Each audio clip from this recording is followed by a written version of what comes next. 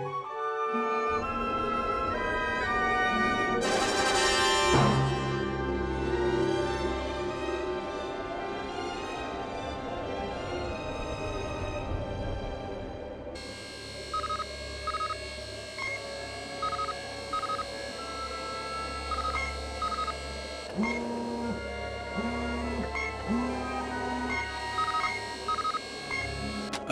Baron's Head.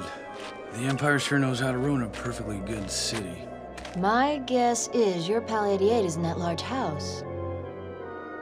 The Imperials are guarding it like a fortress. Well, I think a visit's in order. Don't you?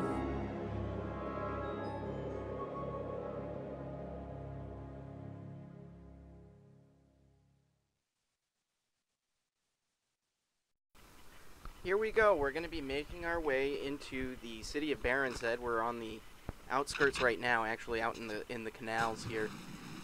First secret area is actually right in front of us in this pool of water. You just go down a little bit, and you'll see it right here. And secret number 1, we're on our way. This level in particular is kind of a pain in the butt. There's a lot of Tusken Raiders. There's a lot of thermal detonator throwing Grands as well.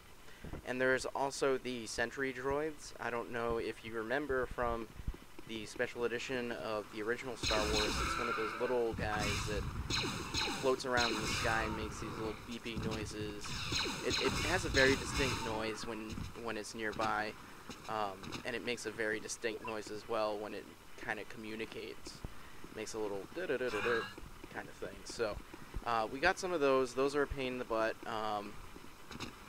They actually, if they get too close when you destroy them, you can actually be hurt by the explosion that they make. So they're kind of a pain in the ass. So our main goal right now is to get out of the canals and into the main part of the city here. Another thing in this level is there are a lot of civilians, so you have to really be careful with your weapon fire, so that way you don't accidentally kill any civilians if you're playing on the light side. Otherwise, if you're playing on the dark side, you've got plenty of opportunities to sway your force meter to the dark side in this level. Yeah, so this particular level, as I said, is kind of a pain in the butt. I'm just kind of making our way through the canals here, and that's one of those sentry droids right there, the thing that just buzzed me and nailed me with a laser shot. And see what I mean? The explosion there, I flash green, which means I lost some shields. So, like I said, pain in the butt, those things. Luckily, there's not a whole bunch of them, but there's enough to make it interesting in this level. So, Please don't hurt me. and civilians just said, please don't hurt me. I would love to, except I'm playing on the good side, so I don't want to sway myself to the dark side. The problems of being a good Jedi. Fortunately, there's not many of them these days. And is he gonna explode? He's not going to explode. Okay. So, another Grand and a health pack. That was helpful. And see that large area out there? That is the main part. Some Tuskens in your face. There's another civilian there. And I could cut through that, and I think I'm about to. Because it's just tempting to cut through stuff with your lightsaber. I mean, if you have a lightsaber, why not use it? Although, in all actuality, the lightsaber should really be like scoring everything it's touching. Like, see how it's like just cutting through the floor like that? Kyle Katarn should actually be leaving a gigantic trail of destruction behind him if he's like tugging it through the ceiling like that. Now take these guys out here, long distance.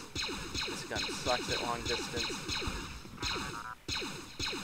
Out of all the guns in the entire Star Wars series, I don't know why the Stormtroopers, who seem to be terrible shots as it is, were given the most inaccurate blaster rifle in the entire galaxy to use. The E11, which is the Stormtrooper's blaster rifle, is arguably one of the most inaccurate weapons that has ever been devised in the Star Wars universe. you're better off with a stun baton than you are with an E11. Alright, you see this little crack in the wall here? This is a secret area, and you can't blow it up that way. You have to use a thermal detonator. There we go. Another secret area. Awesome. And I don't know why I jumped over this couch. I guess I felt I needed the ammo. But then, sometimes I can make this, sometimes I can't. And this seems to be one of those days where I'm gonna fail. Yeah. It's easier just to go out the window and come back in, rather than waste time. And another Gran. Another sentry droid. Please don't hurt me. And someone pleading, please don't hurt me. Please don't hurt me. I'm not gonna hurt you. Don't you know I'm a Jedi Knight? I don't hurt people, I save them. Or at least some people think Jedi Knights don't save people. There's actually an Easter egg in this level. One of the things in this game is that LucasArts had a nod to the Sam and Max series, and you can actually find Max, the little rabbit character. And if you were to time coming into this area just right, you could actually follow him to a secret room, which is that door that I just passed on my right there. And he would open it up, and it was just a special room, and he would just be in there hanging out. It was there was no real reward for it, other than just, you know, saying, hey, I met Max and Jedi Knight, and hey, isn't that cool? A little cartoony rabbit is in the Star Wars universe when he completely doesn't fit. So it was a neat little Easter egg, and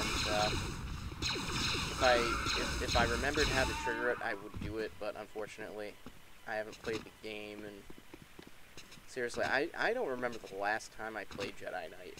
It's been that long. I used to play this all the time when I was a kid. Like, you know, it was this, Mysteries of the Sith, and Dark Forces. That was like all I had on my computer, and it was all I needed, because these games just wasted so much of my time. Never really got into multiplayer, and I know a lot of people love multiplayer, and I'm actually one of those people who just can't stand it.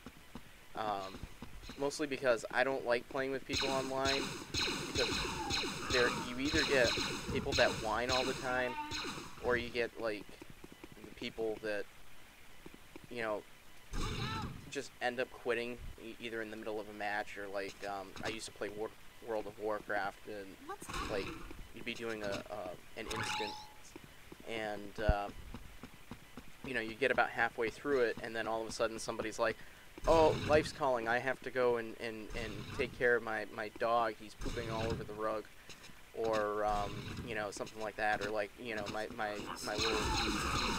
baby sister is, you know, vomiting across the room, so I need to clean that up. And then once people would leave because of stuff like that, like real legitimate reasons, then all of a sudden the entire party in your instance would all of a sudden just decide, like, oh yeah, I've got my third nose hair waxing tonight. I need to go and get ready for that right now, and or, you know, I need to go give a sponge bath to my pet slug, Ronald, because he's been in desperate need of that lately.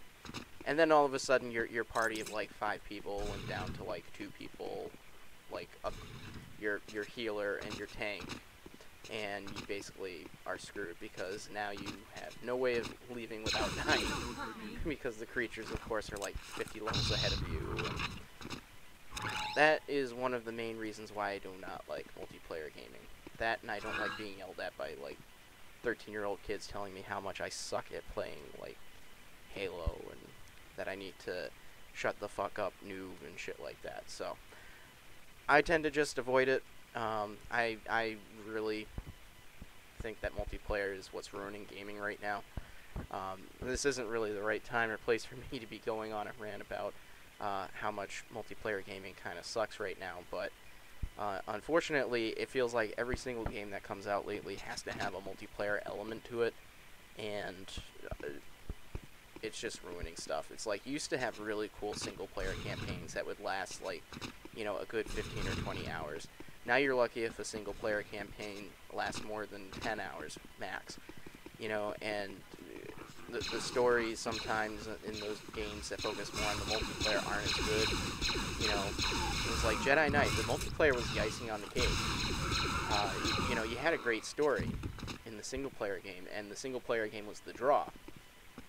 But multiplayer was there. You know, after you finished the single-player game, you could go back and find some friends on online and play them in a few death matches or whatever. You know, so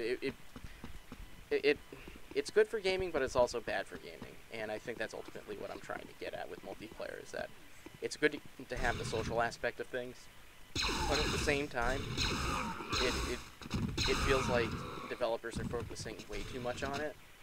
Like, you know, for an example, as I record this, it is, you know, just after the release of Assassin's Creed Brotherhood, and because of the major focus on multiplayer on it, it kind of shied me away from actually wanting to play that. And I love the first two Assassin's Creed games, so I'm probably going to end up getting it in a little bit, but it's just like one of those things. Multiplayer really scares me. It's not something I enjoy. So, rant's over. I'm just doing a little cleanup here on some secret areas. Long live the rebellion. Thank you. Long live the rebellion, she says. Last time I checked, the rebellion was long since over, and the rebels did win. But I guess she's on Solon. The people aren't very caught up with current events, probably. All right. So this is good here. I have a fight with a window. I cannot get through this. Sometimes it's easy. Sometimes, for whatever reason, it's like sticking a square peg in a round hole. There we go. All right, this is looking good. And I love how you can jump up onto an awning that's like 3 or 4 feet taller than him without the use of the Force. Like, how is that possible? Like, sometimes he can't even jump over a box, but he can jump on top of an awning that is that high up above him without, you know, the use of the Force. And what's even funnier is the design of that central area. Is like the only way to get over here is by jumping on top of that and running over the rooftops. Who designs these places? Seriously. It's like they were designed by game developers. Jeez. Anyways, we're near the end here, and I'll see you in the next part. Is that a probe droid I hear?